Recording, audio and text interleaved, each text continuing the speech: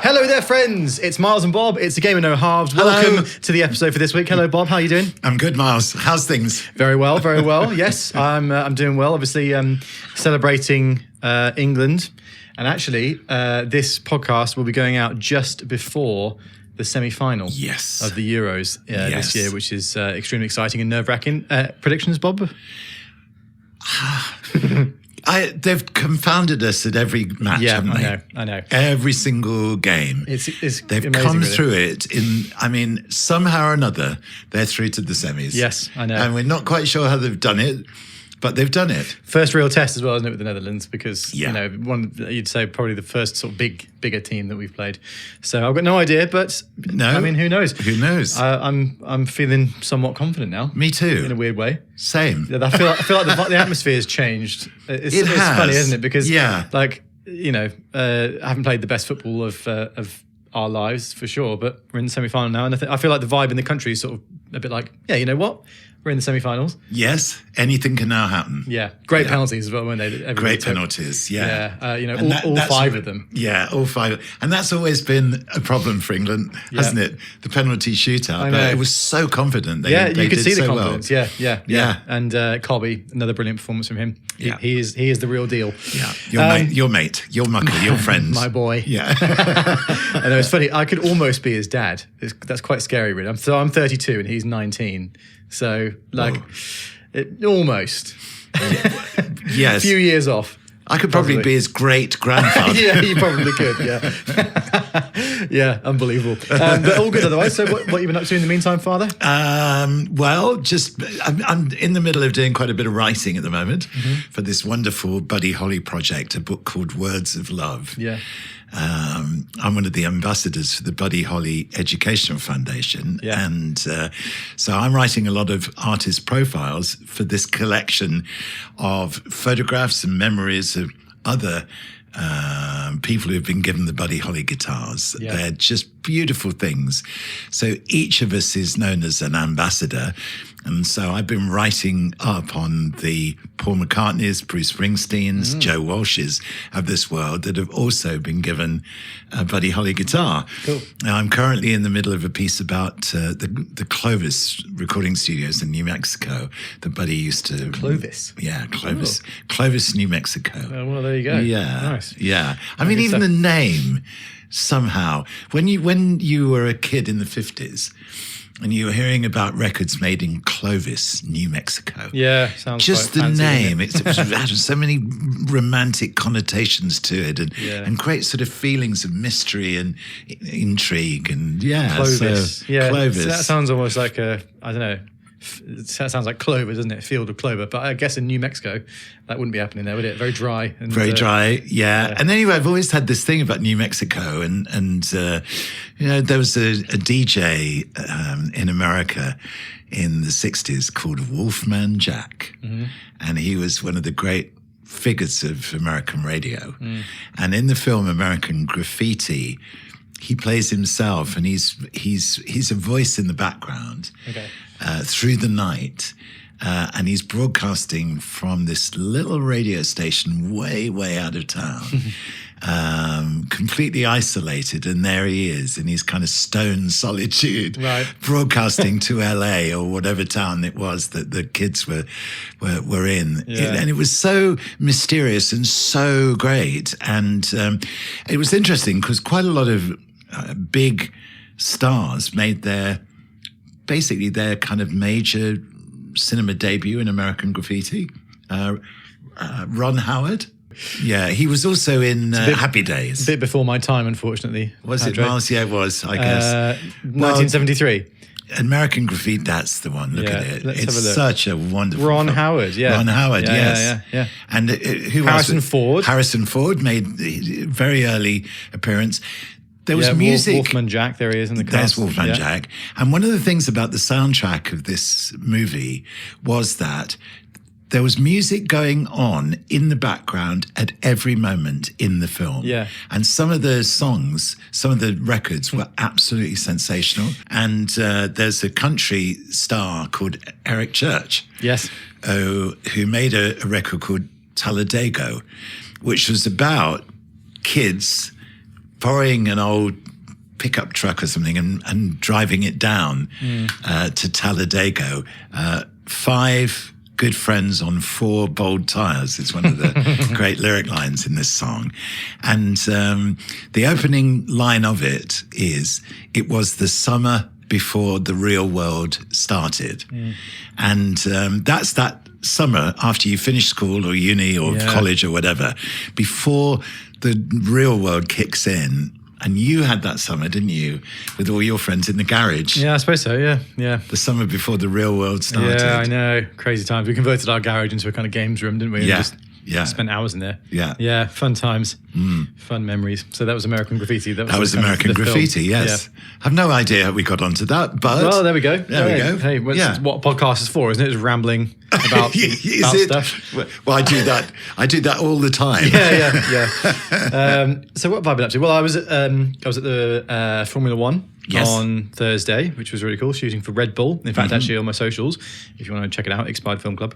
The results will be on there. So I shot Max Verstappen and Perez before their race. And Verstappen actually on F1 day at Silverstone did well to come back. He got 2nd place. Yeah. So that was good fun. Yeah. Amazing. And then I'm off to Scotland tomorrow for some golf. I'm choosing the Open. Yeah. And then I'm doing some more stuff with Red Bull actually on Thursday. And then Greece for a holiday. Yeah. So and the other big moment for me last week was Hyde Park. Yeah. On Thursday evening, the biggest country music event ever in Britain. Morgan Wallen playing at Hyde Park at BST. Yeah. 55,000 people. And for me, it was a really quite amazing moment, Miles, because you spin the clock back no more than 12 years, and I was in this lane completely by myself in the UK. Nobody else was playing country music. Everybody in the world thought it was so uncool. And now it's the fastest growing music genre. It's getting cool, Everybody isn't it? is saying how cool it is. True. So for me, I was with an amazing woman called Millie Ollican, and she was the founder of C2C, the Country to Country Festival. She's now the international manager at the Country Music Association in Nashville. And she and I were looking at the crowd, thinking to ourselves, well, we said to each other, how amazing this is. Yeah. That we've presided over, and had a big influence on the growth of country music here in the UK. And also, I spent time that evening with my great friend, Alana Springsteen. Alana and I co-hosted C2C this year. And if you want to check out some lovely kind of pop country music, then Alana is your girl. Alana. Yeah. That's how they pronounce it in America, isn't it? Yeah. Alana. I always say Alana. And I said, I said to her when we first met, do you want me to put the R in it, or is it Alana? And she said it's Alana. Yeah. So there you go. Yeah. Nice. Yeah. So all good. Country music. It has links to football these days as well. A lot of we've said this on the podcast before. A lot of the female footballers are really into it. Lee Williamson and Alessia Russo and people like that. They love their country. Yeah. And the Arsenal chap, Rob Holding, massive he was at C2C, country music fan, and the American who played for Chelsea, who's now Pulisic. Huge Luke Combs fan. Oh, really? Yeah. Well, that makes more sense if he's American. Yeah. But Bob, to the much more important stuff. Okay. Yeah. Because last episode, so we left off, didn't we? And you were on for a treble, but ended up just winning. We should Premier just League sort of do a quick explanation, because the thing is, we know now that people are joining us the whole time. Yeah. So just to quickly précis what this is for people who haven't the faintest idea. You have a fictitious football team called North London that you've owned and played games as around the house for 35 years. Typed out all the statistics, which every episode we then go back through and we're going season by season in terms of the results. So last year was 2011 to 12. Yes. And you won the Premier League, but that was it in terms of silverware, wasn't it? Chelsea pipped you to the Champions League. They did, and the FA Cup. I lost the FA Cup in the final, didn't I? Yeah, I know. So that was that. Anyway, ladies and gentlemen. So in terms of silverware, a little bit of a light year for North London, who are very, very just much the up Premier there. League. In terms of silverware. Premier League, I mean, aside from anything else, being Premier League champions is good. But it means that going into this season then, Bob, yes, there's a little bit of squad ins and outs. Churn, exactly. Yeah. And it's interesting. So it says here, you've got about 140 something million in the bank. The way that the bank system works is that the deeper I go as manager, the money that's the revenue that's generated by a run in the Champions League is ring fenced. And that comes to me. Just for transfer kitty. Yeah. And the other revenue that comes to me is transfers out. Yes. So those are the two figures. Everything else, goes into the club and the infrastructure and other aspects of the running. You don't have an oil baron from the Middle East giving you some cash injections? No, we are independently owned. No, it isn't. No. Okay, fair enough. Don't like the oil barons. Okay, that's fine. So don't like any outside ownership. So it's all to still, be honest. Yeah. Okay, fair. Because we are. No, the thing is, in that, yes, we are, and in that sense, we're also massively rooted into the community. Okay. Yeah. Because we do use our money constructively to help projects within the community to build up little local football teams, youth teams, youth clubs, and all that kind of stuff. It's part of the DNA of the culture of the club. Of the club, yeah. All right, well, so 146 million is in the transfer budget, and then you were saying about the transfers out. So here are the transfers out. First of all, Hofland has retired and become a youth team coach. Okay. Hofland, a big German centre-back guy, right? Yeah. / defensive mid. So he's now the youth team coach, apparently. Yes. Then other transfers out for 4.7 million. Gaiax has gone, that Swiss winger. Okay. Who was always a sort of squad player, really. Never really broke through, did he? Yeah. Simon Kjær as well, who's that Danish centre-back, has gone for 6.9 million. Okay. And also, probably the biggest out of the transfer window for 20 million, David Villa has left the club. Okay. So he's out. Right. In. Yes. Come. Yes. So Nathan Redmond, you had on loan last season, and you decided to sign him full-time for 3.5 million, 19-year-old Nathan Redmond, which I think is a good decent signing. Yeah. Squad player and exciting on his potential at 19 years old back then. Yeah. Also coming in for 7.2 million is Damien Perquis. Remember him? No, I don't. No? Look him up, Should we look him up? Yeah. I think he's a defender. Right. From possibly like Poland or something like that. Perquis.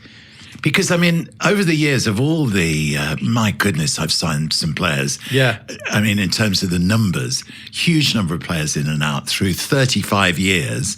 And there occasionally are players that I just simply don't remember, and he's one of them. So Damien Perquis, he represented Poland at international level, but I think French-born. Yes. So he basically played in France for most of his career. So back in 12? Yes. He would have been at Sochaux. Okay. Who are... It's interesting. I've discovered a French club, yeah. He then went from there to Real Betis. Yes. Toronto. Is it Nottingham Forest for a season? And then played for Gazélec Ajaccio. Don't know. But, what position? Defender. Represented France at youth level before acquiring Polish citizenship and playing for Poland at senior level. I know, funny. I do quite a lot of scouting online. Yeah. And I would have probably thought to myself, I need a centre-back, but a squad centre-back, because the back line is very strong. Our defence is really good. Yeah. I probably needed somebody to just bolster the squad a little bit. I guess so. I remember him being in FIFA, Damien Perquis. Never got above a 75 in FIFA. Just a pretty bog standard average defender by the looks of it. Bob, I'm not sure why you signed him, but there he is. Yeah. Well, I see, but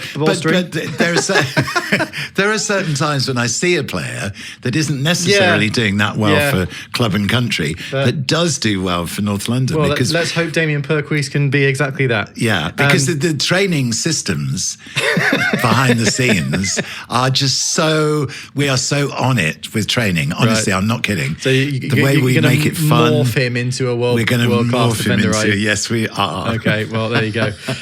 So then, this is an interesting signing, Bob. Okay. On a season-long loan, £2 million fee for that. Diego Forlan is in for a season. Yes. Which I like the sound of. I think that's a great signing. Yes. So how does that compare to when he was signed for United then?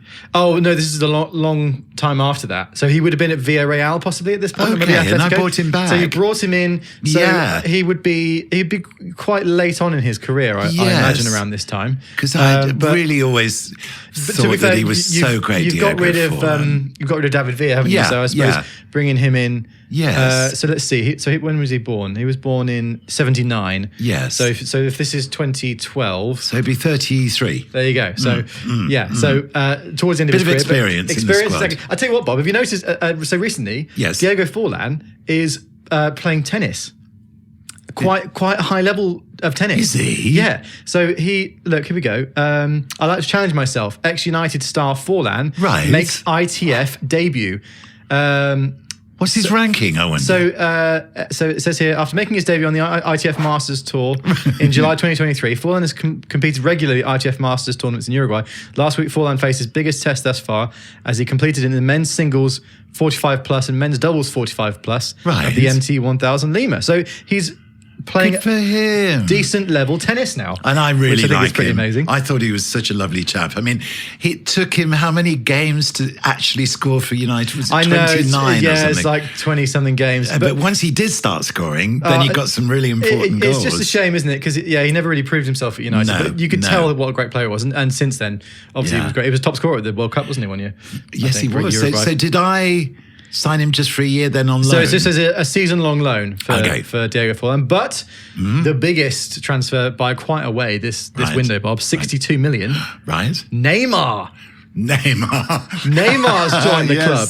And this is really interesting because back in 2012, would he have been at Barcelona by that point, or have you pipped them? I've probably pipped them to the post. Let's have a look. When did he join Barca? 2013. You did. You signed him direct from Santos. I mean, what a signing! I mean, I can't. Yeah, Neymar. So I signed him directly from Santos. Yeah. So you've signed. He hadn't even come to Europe, and I saw him in Europe. I would have scouted him while he was still in Brazil. Yeah, it was. Wow. The Santos Neymar was one of the most exciting players ever. Wasn't he? Really. I literally touched him in Saudi Arabia, Bob, because when I was there shooting for the Saudi Kings Cup, obviously I think we've had this conversation.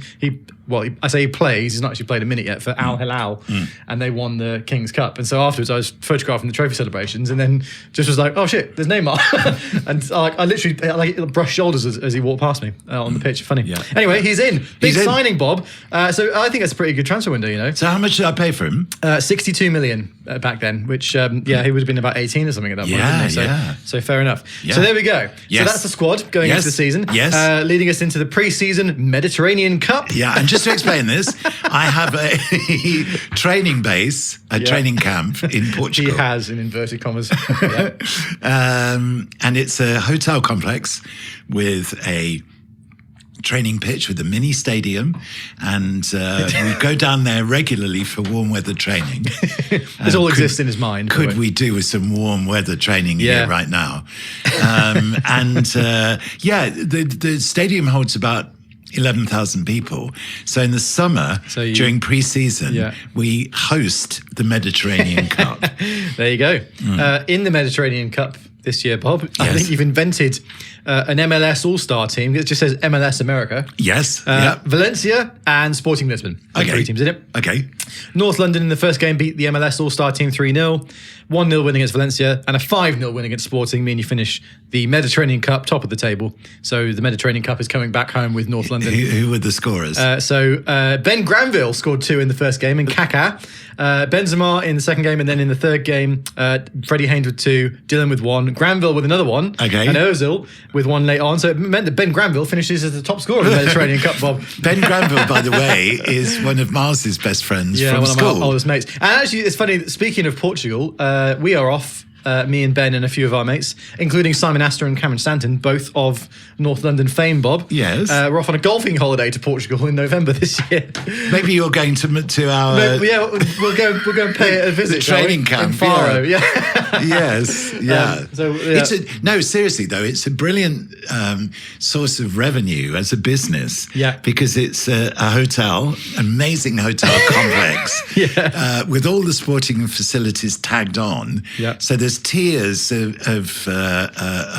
of accommodation where if you go as a kind of VIP, you can watch training. Yep.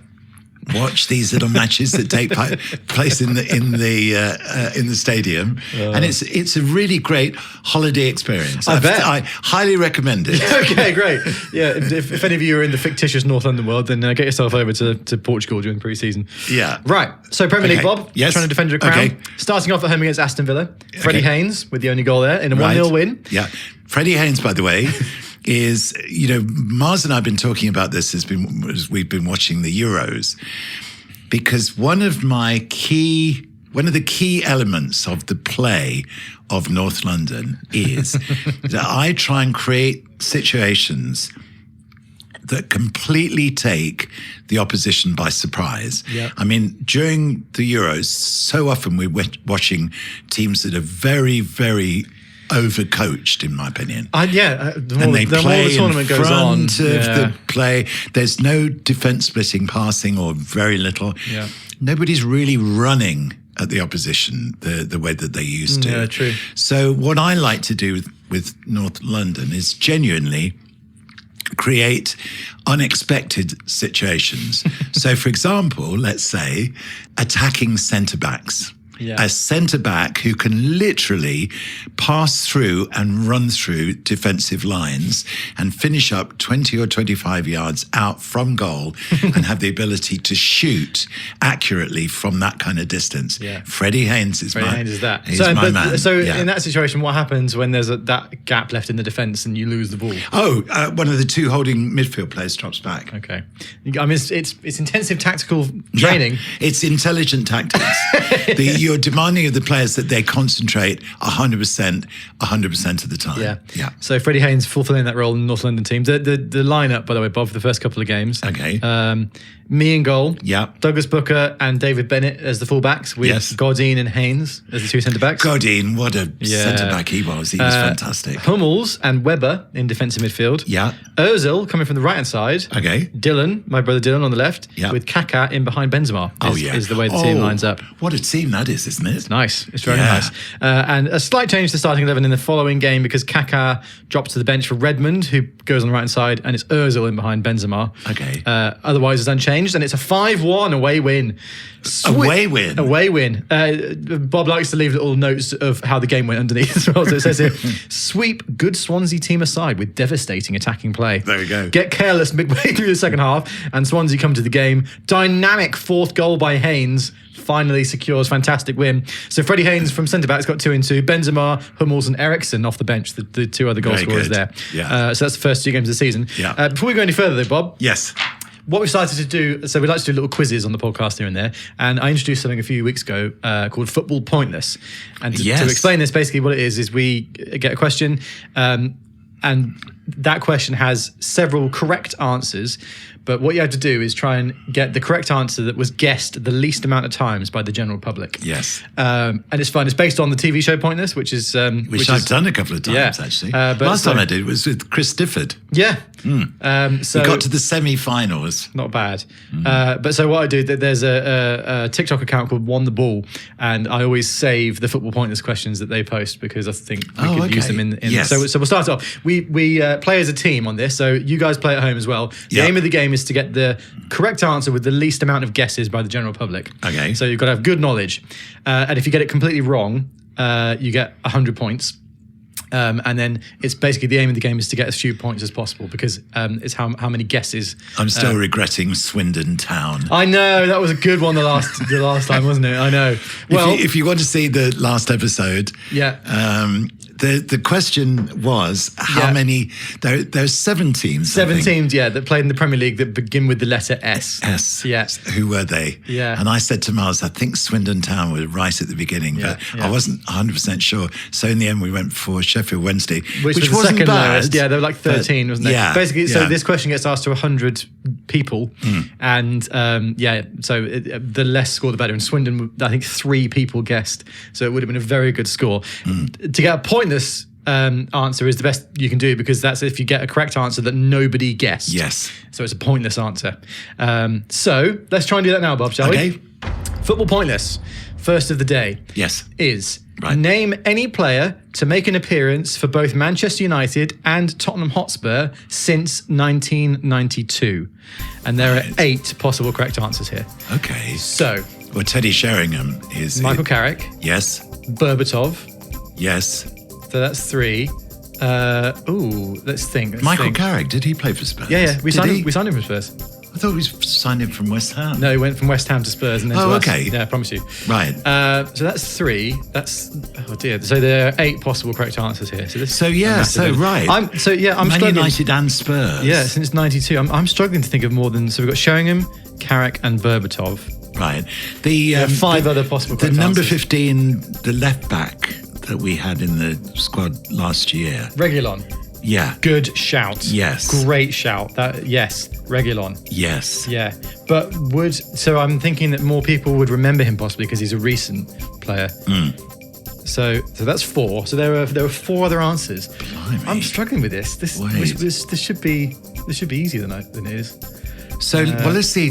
So they'd be signed by Sir Alex Ferguson. But then also they could have gone the other way too. So to have played for both. Just played for both. Make an appearance for both United and Spurs. An appearance since '92. Oh. So there's a whole range. I wonder if there are more going back further because I can't think of that many that have happened recently. But Reguilon's a good one. Yes, he is. And we're talking about the Premier League, are we? It just says an appearance. Gosh. Well, do you think we should just go for Reguilon and take our chances? I can't think of anybody else. I think Reguilon might be more commonly answered because he's new. But I don't think people would necessarily... So, yeah.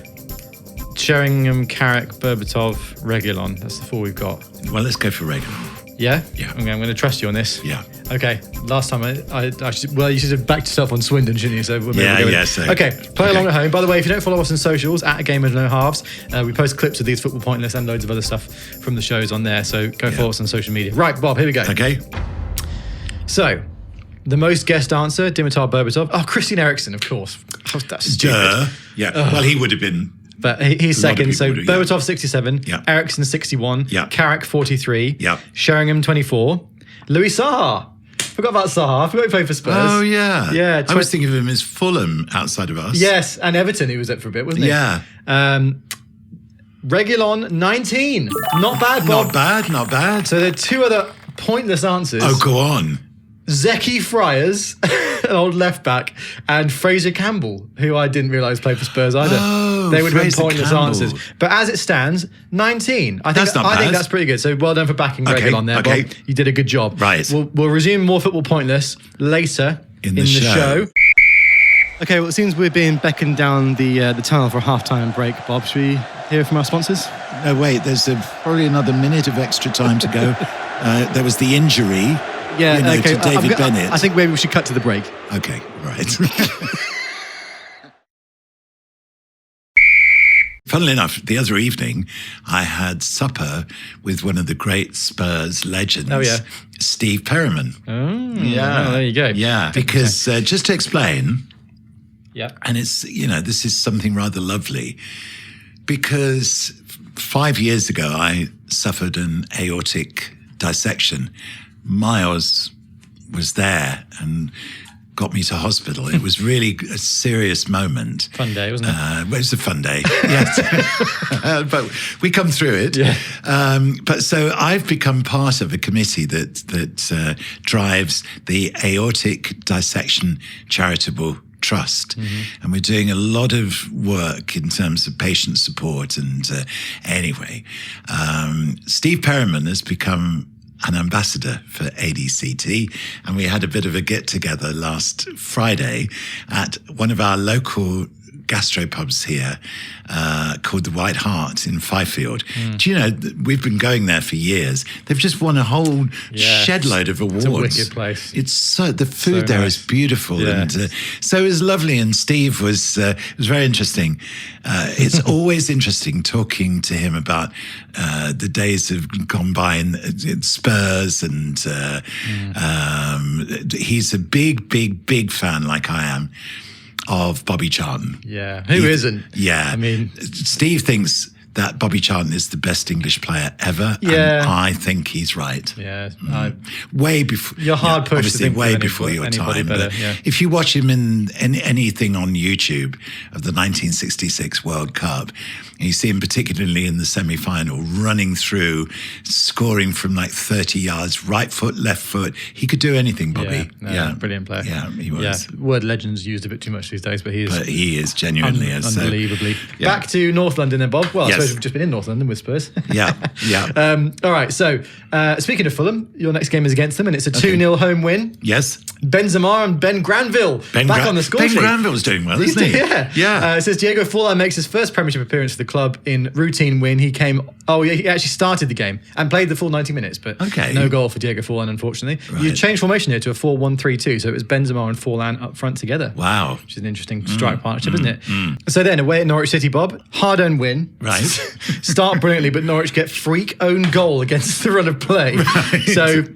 How would that have actually happen? How would you get a freak own goal? In the hallway, if I'm shooting into or trying to score into the coffee table, which is by the front door, sometimes if I've skewed the ball slightly, it'll hit a wall and bounce into the goal. Okay. And of course, if it's heading that way and then hits the wall and goes back across, there's no way that the goalkeeper's going to be able to adjust. No, I suppose not. Because he's moving in that direction and then it comes back across him and it's into an open goal effectively. So that's almost certainly what would have happened. Makes sense, I guess, doesn't it? Yeah. So it says here, Hummels equalises almost immediately. Yeah. But from then on, it's a struggle. It's a struggle. And speaking of the inverted wing back, David Bennett gets the winning goal in the 77th minute, Bob. And it says here, Neymar makes his first appearance off the bench. Yes. And Pato and Schweinsteiger return. So you must have had some injuries at the start of the season gradually coming back. Even I have to be honest and say that I'm staggered at the degree of detail that I've put into all of this over so many years, Miles. Yeah, I know. It's crazy, isn't it? It's ridiculous, isn't it? It really is. Well, I mean, we had so many comments about this, didn't we? Yeah. on Twitter and on social media about what does it take for your dad to have done this for 35 years. I know. What does it take? It takes me into this. You've sacrificed all your relationships. Yeah, I've no friends. Yeah. Work dropped me years ago. Yeah, I live in this sort of isolated world of the stadium where I kick the ball around with echoing to nothing. No crowd, no friends, no job. You're just there. Well, you're happy, so that's the main thing. Yeah, no, it does. Honestly, it takes me into such a lovely place. Yeah. Because it's all consuming, the stats and everything. Mm-hmm. Well, I know. I mean, I know what it's like playing Football Manager. It's bad enough. Yeah. All right. So in the meantime, Bob, we're heading into Europe. Okay. So it's the group stage. Okay. And so in the group, you've got Lille. Yes. You've got Bate Borisov. And the first game is against Valencia. How about this, Bob? Look at this. 7-0 in the first game of Europe against Valencia at home. What did I put? It says, similar to Man United Roma a few years ago, a night when everything went right. Oh, yes. 10 shots at goal, 2 off target, 1 saved, 7 spectacular goals, it says here. Neymar scores first goal, Schweinsteiger's first European goal, and Haynes' 50th for the club. Oh, look at that. Tokla, Weber, Dylan, Schweinsteiger, Haynes, Neymar, and Kaka, all on the score sheet in a 7-0 10 shots win. At goal? Yeah. 2 off target, 1 saved, 7 spectacular goals. Wow. Is that the best win? I think it is. I think it is, certainly in Europe. 7-0. And it must have been in my head too as I finished playing. that wonderful performance when United beat. Mm-hmm. And Michael Carrick was playing in that, wasn't he? He scored in that game. Yeah. In fact, I think he scored twice in that game. Yeah. Yeah, 2 lovely goals. Yeah. So there you go. So that was the equivalent, wasn't it? Unbelievable. So it means that going into your next game in the league against Sunderland. And that was in September 2012. 2012, yes. Exactly. Right. It says here, starting lineup unchanged from 7-0 midweek defeat of Valencia in Champions League, which you would think so. You would, wouldn't you? And the line underneath that, another stunning, high-quality attacking win. 3-1 against Sunderland. Dylan with 2 goals. Right. And Toklov with a cheeky goal as well. Sam Toklov. Well, it means that at the end of September, you are top of the league by 2 points with five games, 5 wins. Yes. Wow. Yep. 5 games, 5 wins. Yep. Easy as that, Bob. Yeah, good start to the season, this. Wow. Okay. So next up is QPR away. Mm-hmm. And it says first flat performance of the season. It's a 1-1 draw. Weber with the equaliser in the 45th minute. Right. So a bit of a flat performance. And then the next game is a big one against Arsenal at home. Okay. And in the end, it ends 2-1 to North London. Ozil and Granville in the 71st and 86th minute. Yes. It says here, Kaka injury disrupts first all-Brazilian midfield. Because you've got Pato, Kaka and Neymar as the 3 in behind Toklov. Wow. So, yeah, there you go. Ozil equalises brilliant Arsenal goal to score his first of the season. Arsenal control much of the match. Hard-earned win. And you see, I got Ozil way before Arsenal signed him. Yeah. Well, this would have been almost before he was at Real Madrid. He probably was there now when you signed him. Yeah. Back into Europe. 3-1 away win against Bate. Relaxed after 2 early goals and let Bate into the match. Brilliant Neymar goal. 2-1-2s in brackets. Clinton's victory. 2-1-2s. 2-1-2s. So wait, so I obviously did it must have been a bit like the Cole. Oh yeah, Barcelona, Dwight York, that 2-1-2s, and then slotting it in. There you go. Yeah, it says clinches victory a minute from time. It says here Toklov scores his 100th club goal. Wow, bloody Sam Toklov. Yeah, how about this, Bob? Who is Sam Toklov in real life? Sam Toklov. Well, he's a friend of yours and Dylan's.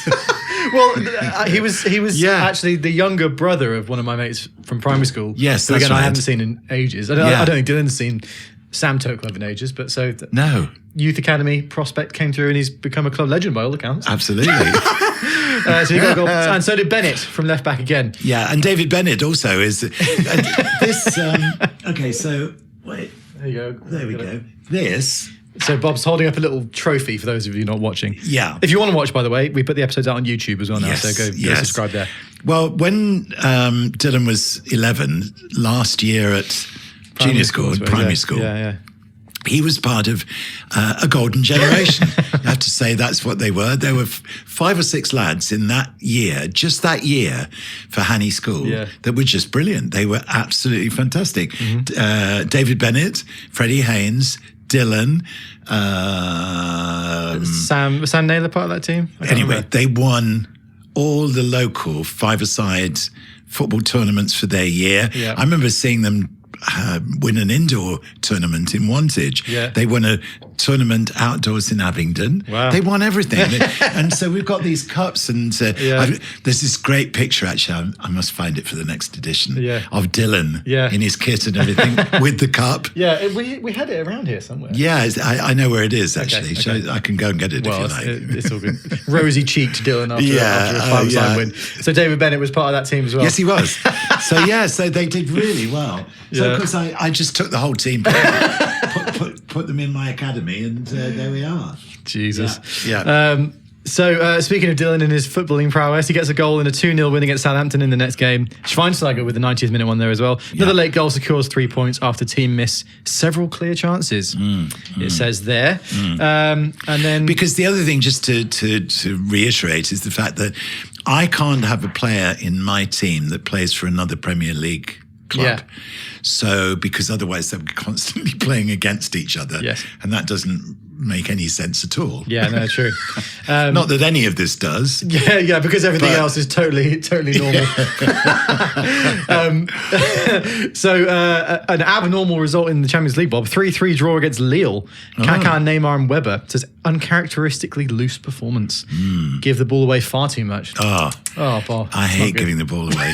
Absolutely hate it. So when you're playing with the ball around the house, is this just like when you're passing it against the wall, it's just you're misplacing passes all the time? It's just not going for you. Yes. Or, say for example, I mean, I'm just kind of making this up a little bit, but with the, what's it called? The like skirting board? Skirting board.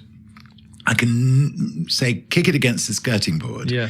And maybe I hit the ridge of the skirting board and it doesn't come back exactly to me. Yeah. And so at that moment, the opposition jump on that loose ball and they've got possession. So, and then I play as them until such time as I give the ball away. And you would think it's so easy to walk through the house and just score. Well, if you're playing a match in your head where you're putting yourself under pressure and you're imagining yourself in the middle of a defending team, then you've got to create chances in the way that you would do if the game was real. Yeah, I know. Anyway, so that was what was happening in this game. Just the skirting board wasn't playing. Wasn't playing. Well. No, it wasn't dancing back to me well at all. But the thing is, I always thought to myself, right, if things aren't going great, the best thing to do is to start with a really rock solid defense. Because if you're getting play your way into it and play your way into it, yeah, true.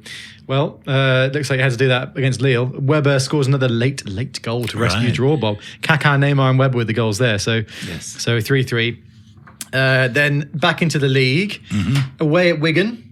At the, what would it have been back then, the JJB, possibly? Yeah, would Martinez have been manager then? He probably would, wouldn't he? 2012. Not sure, actually. Yeah, maybe. Yeah. It's a 3-0 win, Bob, away from home. It says flattering scoreline, loose performance. Ah, okay. Neymar's first Premiership goal. Yes. And also, popping up with a goal from a corner, Ben Barnard with his first for the club. Ben Barnard! Oh. Another primary school friend of ours. So Neymar, Benzema, and Ben Barnard there. Then a 0-0 draw against Newcastle. First time team has failed to score this season. Yes. It says here Hummels and Benzema were injured and you rested Neymar and Haynes. So Perquis came in at the back to, well, he got a clean sheet, I suppose, so solid enough. So, then home against Stoke, Kaka, Ozil, Toklov and Dylan. 4-0 win. Changed to a 4-1-4-1 following Weber's injury. Wow.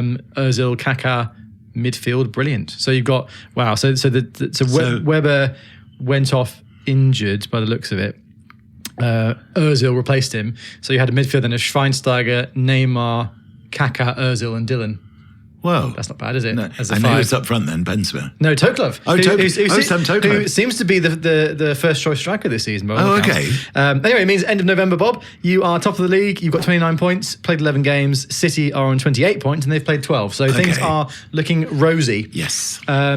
With that in mind, let's see if we can carry on our rosy pointless score here, Bob. Yes. So we are on 19 after the first one. This is good. So again, the end of the game is to get as little points as possible. Yes. The next football pointless question. Okay. Ta-da. Name any club that James Milner has made an appearance for. Right. My goodness, we can nail this because he has played for. He came through at Newcastle, I think. Yes, he did. He's played for Villa. Yep. He's played for Liverpool. He's played for Brighton. Has he played for Man City? Yes. Yes. How many possible correct answers are there for this? 7. So we've got 1, 2, 3, 4, 5. 2 other teams that Milner's played for. Who else has James Milner played for? We should be able to get this. Or any club. Did he play in the lower leagues at any point? So Newcastle, Villa. Oh, Leeds. He came through at Leeds, not Newcastle. Leeds is one of them. That's going to be a good answer to that. Yes, that is. So Newcastle, Villa, Liverpool, Brighton, City and Leeds. He's such a good player, James Milner. Yeah. He really is. Are we missing somebody? He's never been abroad, has he? Has he ever played abroad? I don't think he has. No. In fact, he's the archetypal English player, isn't he, really? He's played for basically all of United's most bitter rivals, isn't he? Liverpool, City and Leeds. Yeah. He never played... Shall we give it a go with... I would say Leeds myself. Let's give it a go with Leeds. I'm just trying to think I'd love to be able to get the 7th club he's played for, but I can't think of who it might be. Any ideas? Play along at home, guys. If you know this, let us know in the comments. Yes.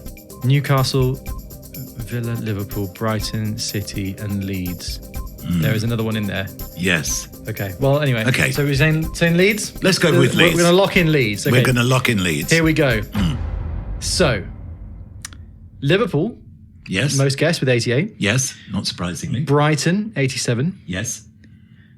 City, 63. Okay. Villa, 34. Okay. Leeds, 25. Right. So not the worst, but not brilliant. Then Newcastle at 19. I'm surprised people didn't know that. Oh my God, you're never going to guess this, Bob. Go on. Guess what the pointless answer is for this? Go on. Swindon. No! Again! Oh my goodness! Well, I didn't know that. I did not anyway. know he played for Swindon. No, I can't believe. When did he play for Swindon then? No idea. I'm going to look that up. I can't. That's the second week in a row. Well, the Swindon. Can you believe that? And Swindon's only just down the road from us here as well. Yeah. Let's have a look. Okay. He had a month's loan in September 2003, where he played 6 games and scored 2 goals. Who would ever know that? That is no wonder it's crazy. a pointless answer. On loan from Leeds, in fact. That's oh wow! That is amazing. Would you ever guess that? I think from now on, any question we just go Swindon. Yeah, we'll just throw Swindon in as a random one. So that leaves us then, Bob, on 44. Right? Okay. So that's not too bad. From not 2. too bad. We'll do one more point in this before the end of the show. That would be probably certainly when they've got 4 lecterns, that would certainly get us through to 3. Yeah, I think so. And then the next one to the semi-final, we hope. Okay. Well, so we're on 44. 44. So that's we're doing okay. Let us know how you're doing at home. Yeah. And before we end the episode, we'll do one more football point in this. Okay. Swindon. Can you believe that? It's going to be my default answer from now on. I can't believe that's so funny. All right. What's the weather doing? Swindon. Yeah. Unbelievable. I'm shocked. What are you playing on the country show this week? Yeah, Swindon. Yeah. I'll set you a challenge, Bob, to try and squeeze in a song with the word Swindon in somewhere on the country show. That'd be funny, wouldn't it? A song with the word Swindon in it? There must be a country song with the word Swindon in somewhere. I can't think why. No. Do you reckon maybe there's a Swindon in like Alabama or something like that? Swindon, Massachusetts. Swindon, USA. There will be a Swindon, I'm sure. You reckon? How many places are named Swindon? There are 4 places in the world named Swindon, apparently, Bob. Oh, go on. They're all in the UK. Oh, are they? Oh, that's disappointing. Yeah, all of them are in the UK. 4 places in the UK named Swindon. Swindon in Swindon, funny enough. Swindon in St Helens, and there are 2 Swindons in Gloucestershire. Yeah. Whoever knew this about Swindon? There you go. Well, anyway, so if there's anybody... Mark Lamar is from Swindon. Is he? Mm. Yeah, it was literally just down the road from us, isn't it? Yeah. I live in Wantage, and Swindon's one of the closest towns. Yes. Anyway, 3 big games coming up in the league here, Bob. Okay. Spurs, United, and Chelsea all in a row. Right. Massive. Spurs, massive. North London derby. Yes. Away from home as well, and it's a 3-0 win. Is it? Benzema with 2 and Neymar with another goal. He's really coming into form, isn't he? Yeah. The team is pretty amazing. The front 4, Bob, Pato, Ozil, Neymar, and Benzema. Yeah. In that game. Yes. Then United at Old Trafford. Okay. And it's a 3-3 draw. What a game. Wow. It says here, brilliant Dylan Myers-Harris right-footed chip. It doesn't sound like him. But Dylan, my younger brother, does not have a right foot. Very left-footed, yeah. And 2 long-range goals from Haynes. Yeah. Freddie Haynes with the 2. Because over and over on the, this was the thing that Eric Cantona brought to United for young players like David Beckham at the time, Paul Scholes. Keep the training session's finished, but stay out there for another hour and a half. Practice your free kicks. This is how Cristiano Ronaldo got so good. Mm-hmm. Practice. And that's what they used to do. I can talk about this now because it's come out. I was lucky enough to do a shoot with Eric Cantona recently. Yeah. One of the highlights of my life doing that. Yeah, really. Have you heard his interview on Stick to Football as well? I don't think I have. It's very good because they talk about because he retired when he was 30. Yes. Really young to retire. I was there when he played his last European game. Yeah, it was crazy. And they were asking him, why did you retire so early? And he just said, my whole life I played football because I loved it, I had the passion for it. And as soon as I felt the passion go, I thought, there's no I saw it the night we lost to Dortmund. Yeah. 1-0 at Old Trafford. I think it was 97, 98. And I hardly took my eyes off him when I was watching United live. And when the game finished, he just shrugged his shoulders and ran straight down the tunnel. And I thought, there's body language signal here, I think. And a few days later, he announced his retirement. Yeah. Sad times, but one of the greatest United players ever, for sure. Yeah. He produced one of the most beautiful pieces of sporting magic I think I've ever seen. You know what I'm going to say, don't you? Well, I was going to say which time. There's been plenty where he's so done many.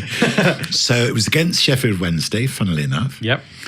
And he was in the centre circle in the United half facing his goal. So Peter Schmeichel kicked the ball.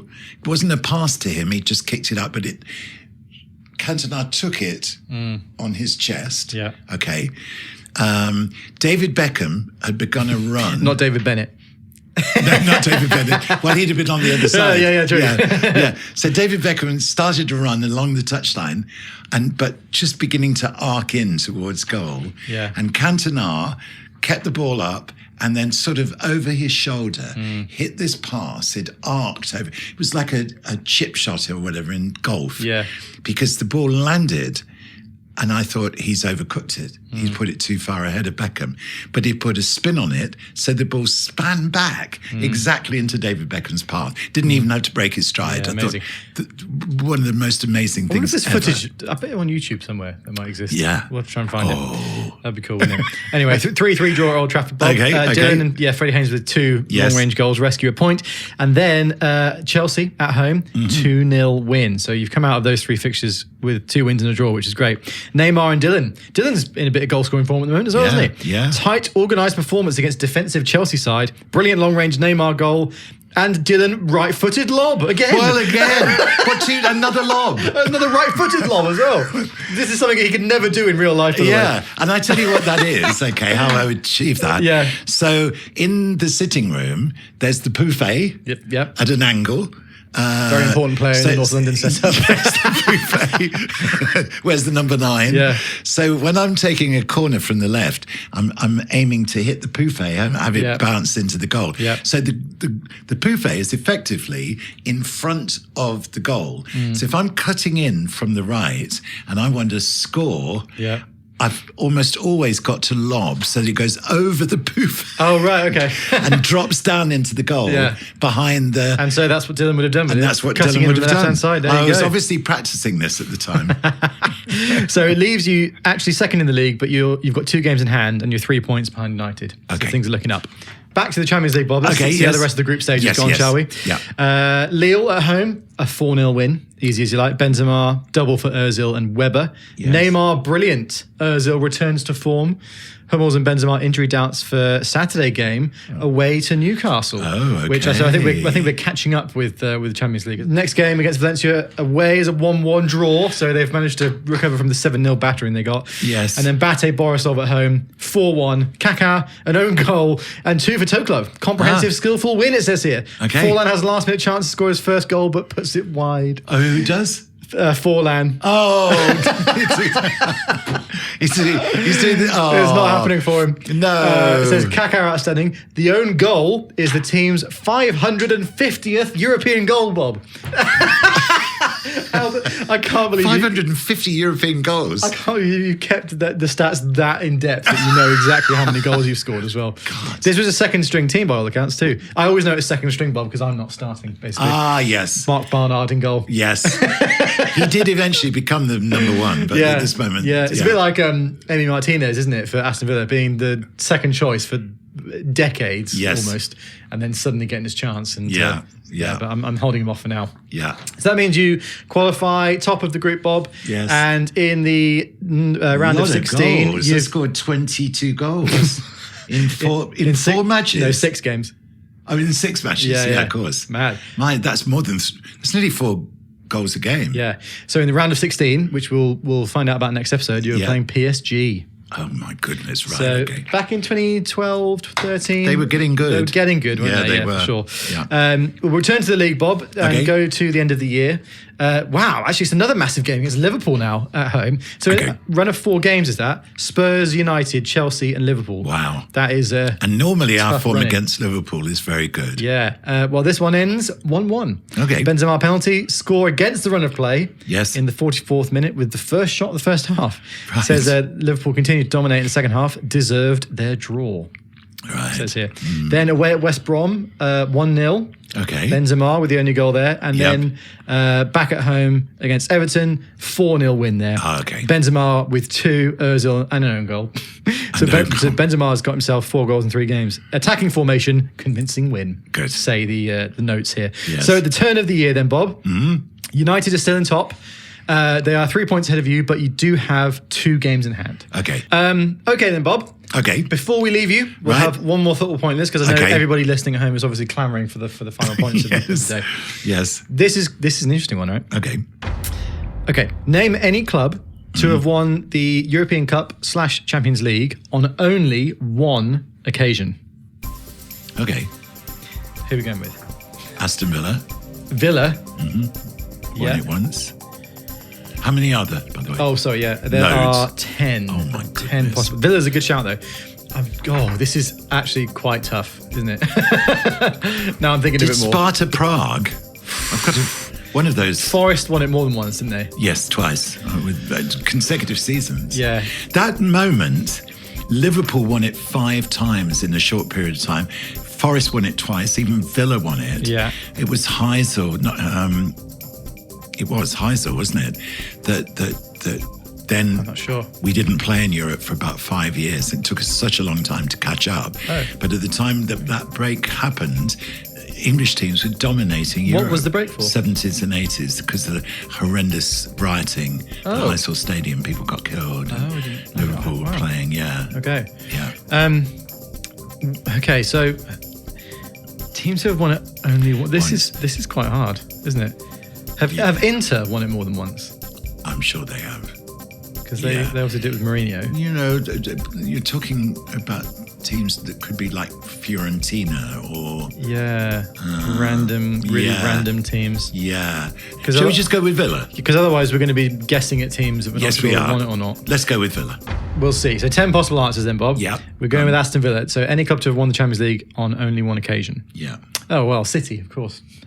Oh, yes, of course. City were 84. The obvious, yeah. Celtic, 33. Yes. Aston Villa, 31. So 31 brings our overall score up to 75. We got Bob. Right. In the end. So it's okay. Not too bad. 75 out of 100. So obviously the lower the score, the better. So that's not too bad. But there were, several answers that had less guesses than Villa. Borussia Dortmund. Okay. 26 people guessed that. Marseille. 11 people guessed that. Yeah. PSV. 4 people guessed that. Feyenoord. 3. Red Star Belgrade. 1. Yeah. And there were 2 pointless answers. Hamburg and Steaua Bucharest. Right. There you go. So if you guessed any of those, congratulations. Yeah, that's good. That's good knowledge. But in the end, not Villa, bad. Not bad. A 19, a 25 and a 31. So we've done all right there, I think. It's not too bad. Let us know in the comments if you've played along, and let us know your scores. If you've got any pointless answers, then that would be amazing. What were the pointless answers? Swindon. Bloody Swindon. We should have said Swindon. Yeah, they probably have won it at some point, haven't they? The answer to everything now is Swindon. Yeah, we should have put Swindon in there. Oh well. So that leaves us then, Bob. So Champions League round of 16 against PSG. Yep. In the league, you're second, but you have 2 games in hand. Okay. So winning those will get you back to top of the table. Yes. So we'll find out about all of that, and there's some big stuff happening in the January transfer window. Just as a little precursor to next episode. Okay, and of course tonight. We'll be in the build-up to the England game. I know. And who knows what's going to happen. Who knows, indeed. And maybe the next time we talk, we'll be Euro finalist. 8 o'clock. 8 o'clock. And obviously, as we're recording this, we don't know whether Spain or France will be in the final either. No. So just keep everything crossed, I guess. Yeah, really. I've got a feeling England are going to do it.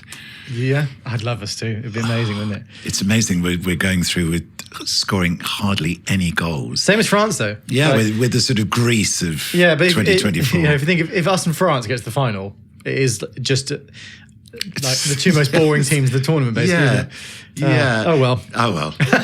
Right. Well, it'll be all right. We'll know about that next episode. So join us then.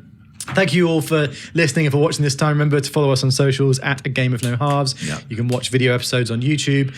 You can rate us 5 stars and subscribe if you're enjoying. Looking forward to seeing whether England are Euro champions or not next episode. Any parting words then, Bob? Well, I've got the last 2 dates on my tour, Songs the Beatles Gave Away, coming up. We're playing Hampton on Sunday, and I think John Inverdale is going to be introducing us on stage. How about that? That'll be good. Will this be during the Euro final? Yes, it probably will. Oh my goodness. Good, no, it's not at all. Come to think of it. No. What the hell? Who scheduled that? Yeah, 8 o'clock on Sunday is the final. That's exactly when we're on stage. Oh no. There's going to be nobody there. No, unless England get knocked out. No wonder we haven't been selling any tickets. It's probably true. Yeah. Anyway, so we'll find out how that's gone and everything next episode. Thank you for joining us, guys. We'll catch you then. Okay. See you soon. Bye-bye.